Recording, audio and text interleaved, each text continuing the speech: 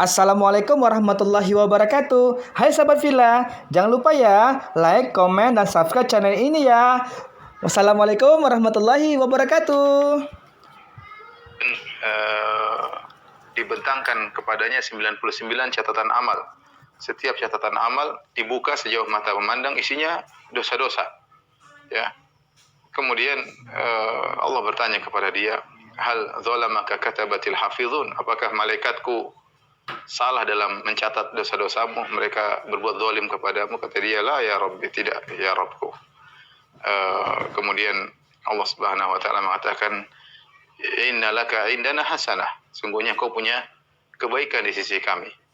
Fayukhraju lahu, maka dikeluarkan baginya sebuah kartu tertulis la ilaha illallah.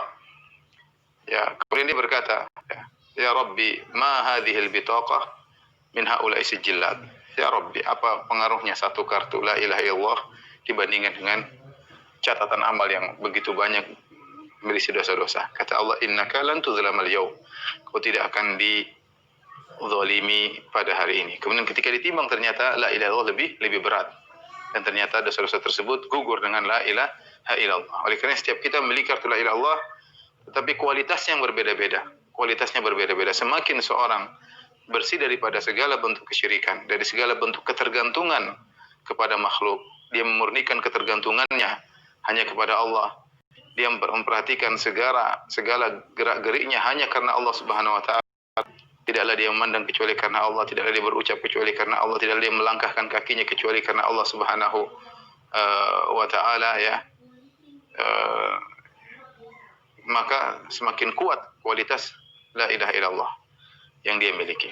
Menakjubkan, saya tadi baru baca perkataan seorang salaf yang bernama Al-Balkhi. Dia berkata, ma khatautu mundu arba'ina sanah, ya, khutwatan illa lillah, ya. Atau kama qala, dia mengatakan, aku semenjak 40 tahun aku tidak pernah melangkahkan kakiku kecuali karena Allah Subhanahu wa taala. Semenjak 40 tahun aku tidak pernah melangkahkan kaki kecuali karena Allah Subhanahu wa taala. Ini orang yang tauhidnya sangat kuat, dan ini akan menghancurkan dosa-dosa yang dia lakukan, karena cahaya tauhid begitu kuat membakar dosa-dosa yang dia lakukan.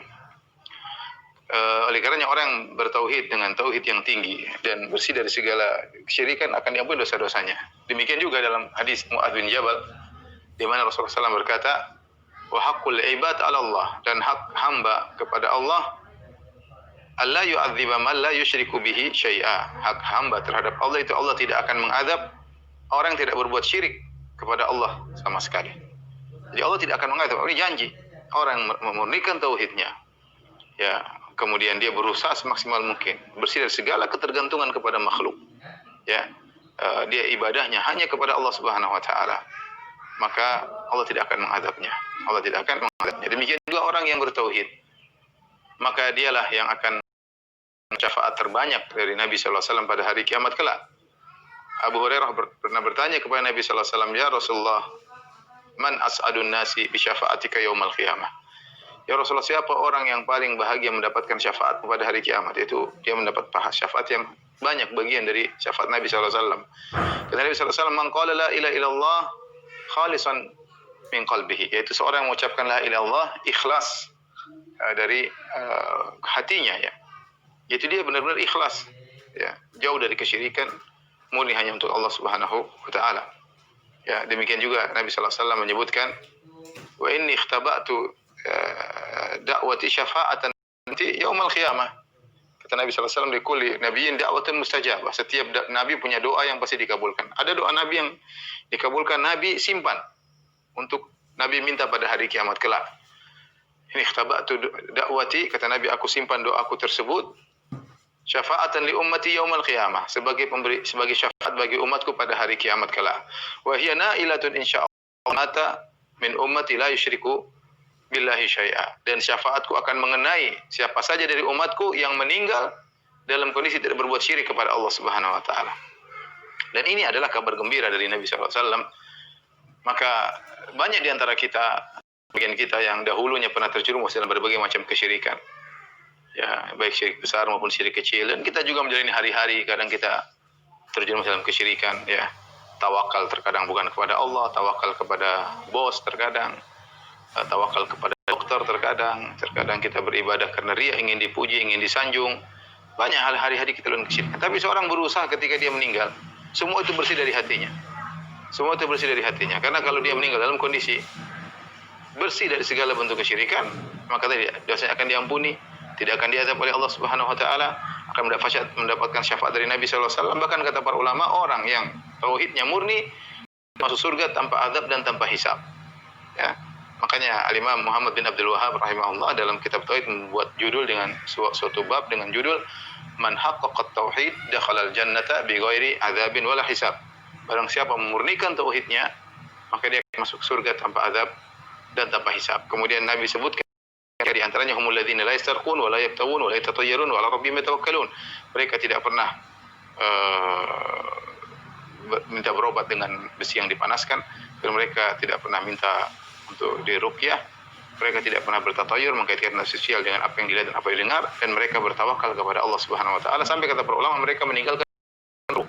Seperti kai tidak haram, dia makruh. Seperti minta ruqyah juga tidak haram, tapi dia makruh ya. Mereka pun tinggalkan karena tingkat tawakal mereka yang tinggi ya, maka mereka bisa masuk surga tanpa azab dan tanpa hisab. Karenanya para akhwat, para pemirsa ya,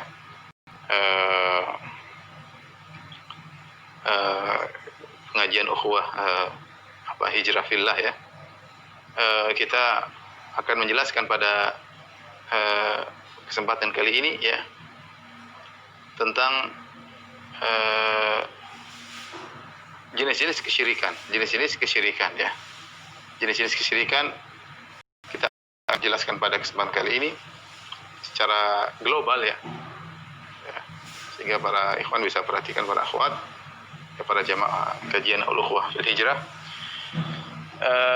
Kita akan jelaskan secara global, tidak secara detail, karena kalau kita jelaskan secara detail waktunya tidak cukup, dan sudah saya jelaskan dalam berbagai macam pengajian saya ya tentang model-model kesyirikan, baik kesyirikan dalam tauhid al-uluhiyah, kesyirikan dalam tauhid ar-rububiyah, maupun kesyirikan dalam tauhid al-asma wa sifat ya. Judul pengajian kita kesyirikan zaman now ya, kesyirikan zaman sekarang. Pada hakikatnya kesyirikan dari dulu ya sama-sama saja ya, cuma terkadang tampil dalam baju yang baru, tetapi sama saja ya. Kesyirikan zaman dulu sampai zaman sekarang modelnya sama-sama begitu saja, karena iblisnya belum berubah, iblisnya masih sama ya. Itulah yang dihembuskan kepada orang-orang terdahulu, yang juga dihembuskan pada orang-orang zaman sekarang. Baik.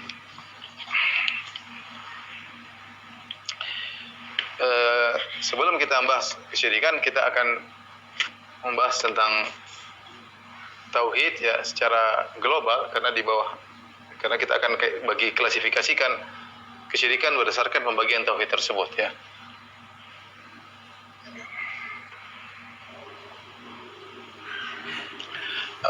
Pertama adalah tauhid al-uluhiyah. Kemudian yang kedua adalah